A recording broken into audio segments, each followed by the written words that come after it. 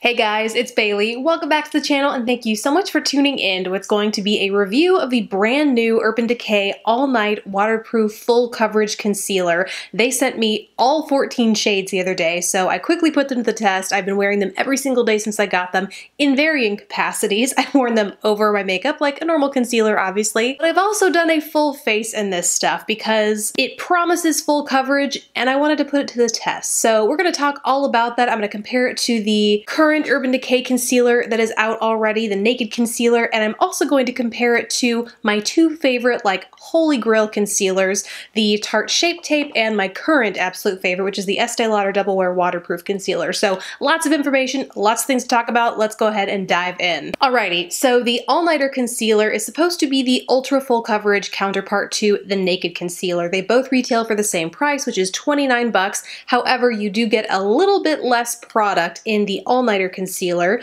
You get 0.12 fluid ounces, whereas in the Naked you get 0.16. However, I did just say that the All Nighter is more pigmented, so in theory you would use less of this. They actually urge in the materials they sent you with all the information about this that this is not a concealer you need to layer, whereas the Naked Skin Foundation is relatively thin. It's buildable coverage, but you can use a little, you can use a lot, and in general you might use more of the Naked than you would of the All Nighter because this is supposed to be the mother of all coverages. In terms of packaging, here you can see a comparison between the two. The All Nighter mimics almost identically the packaging for the All Nighter foundation as well. It has this really cool gunmetal exterior, but you can see the shade of the concealer inside the little holes here versus the Naked Skin, which also mimics the appearance of the Naked Skin foundation. Those are the two side by side. I talked a little bit about the consistency of the Naked Skin concealer earlier, and by comparison, the All Nighter is a little bit thicker. Naturally, there's going to be a difference in consistency. There's a whole heck of a lot more pigment in the All Nighter, and so that's reflected in kind of a thicker consistency, and it spreads really smoothly and kind of maintains that thick consistency as you buff and blend it out. But unlike the Naked Skin concealer, it really maintains its pigmentation as you're blending out across the skin. The All Nighter concealer dries down a lot faster than the Naked Skin concealer. On me, the Naked Skin concealer, I absolutely had to powder because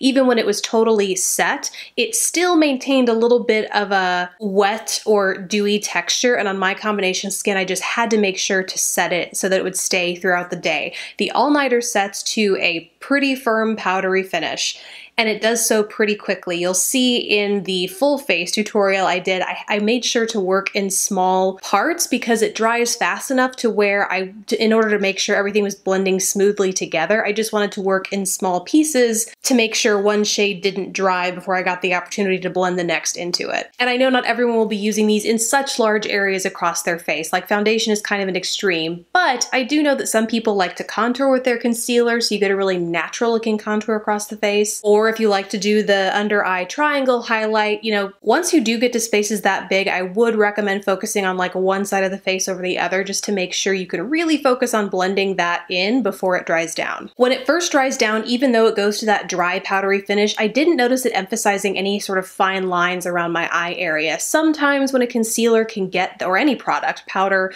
foundation can get that dry, it can start to emphasize fine lines or really any sort of texture you might have over the surface you just applied it on. That was definitely not the case for this right after I applied it, but I did find that depending on the foundation that I wore it over, it did sort of settle and break up depending on how that base acted underneath. They do obviously recommend pairing it with the Urban Decay All Nighter foundation or any of the foundations from Urban Decay.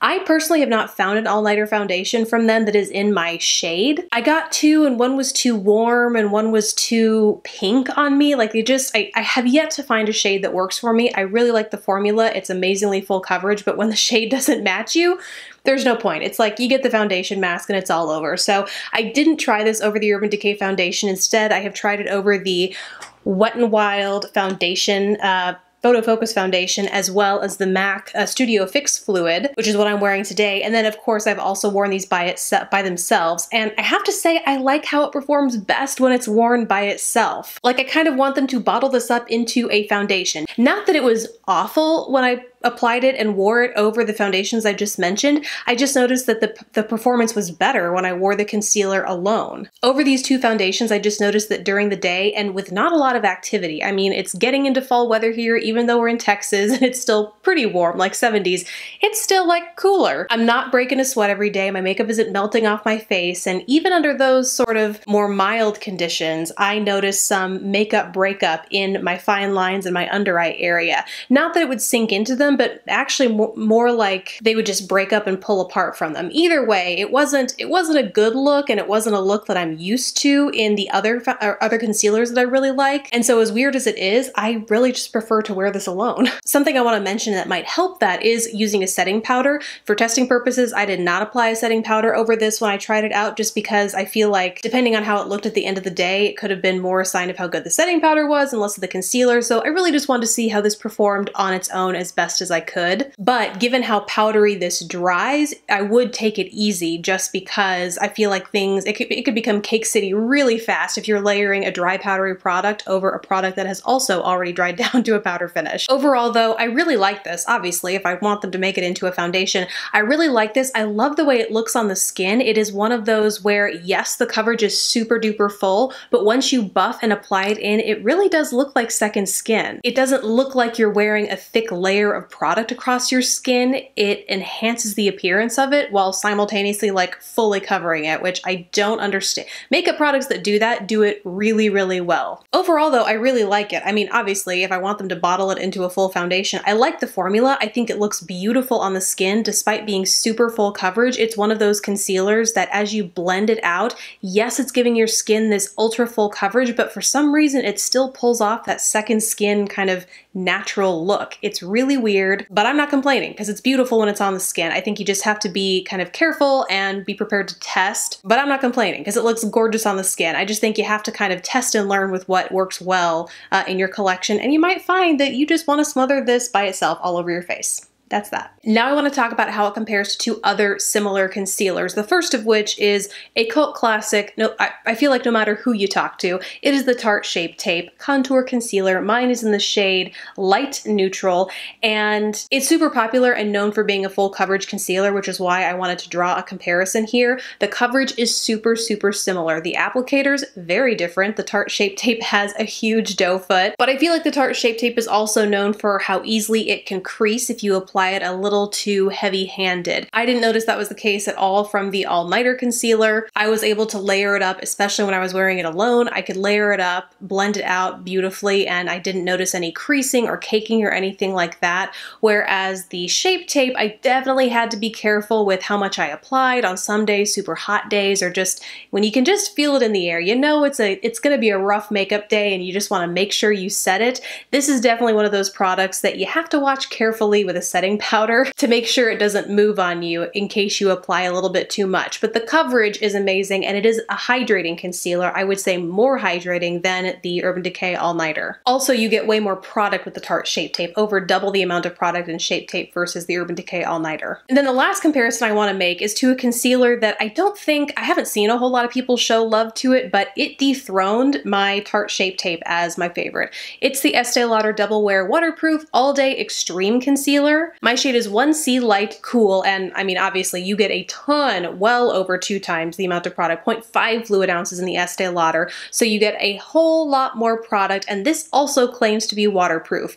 These, I would say, have very, very similar consistencies. The Estee Lauder, part of why I like it over the Shape Tape is that it has a little bit of a thinner consistency. It's a little bit more goof-proof in terms of how much I apply and having to worry about it kind of crease or sink into fine lines. It dries down to a powder finish just like the All Nighter, and so as a result it's not quite as hydrating as the Shape Tape, but for me and my combination skin, I prefer that drier texture to ensure it stays in place all day over something that's more hydrating that I know I'm gonna need to set and maybe reset to make sure it stays in place. Overall, the formulas are really similar. The All Nighter is a little bit thicker as you apply it across the skin, and as a result, I feel like that's what makes it a little bit better for applying it to wider areas. It does a little bit of a better job at hiding texture on the skin, whereas the Estee Lauder is a little thinner, and so it without layering, it can tend to show a little bit bit more texture, which is why I would prefer to use the all-nighter as something like a contour, not all-out foundation, although I would. But you know, if you do like to contour with this, the Urban Decay is a little bit thicker and creamier, which kind of, to me, lends itself to blending across the skin a little bit better. But it's still kind of a coin toss. You do get so much product with the Estee Lauder Double Wear Waterproof, and if you haven't tried, go get a sample of this. I feel like this is very underrated in terms of full coverage, stay all day concealers. You get a ton of product. Go check this out if you're looking for a new concealer. That said, I really do like the Urban Decay All-Nighter. It's definitely in the running for like holy grail with these three. I'm not sure I'll use it every day, but it is a good one to check out if you're looking for a full coverage concealer and you maybe haven't found like the one that is right for you. I would highly recommend you check this out. So that is it from me. I've been talking for a very long time, but hopefully you got a lot of good information from this, helped you figure out if you are interested in this concealer or not. I'd love to hear your thoughts on if you're gonna pick this up, try it, leave it, let me know down in the comments below. Besides that, guys, thank you so much for watching. Please don't forget to subscribe if you haven't already, and I will catch you in the next video. Bye, guys.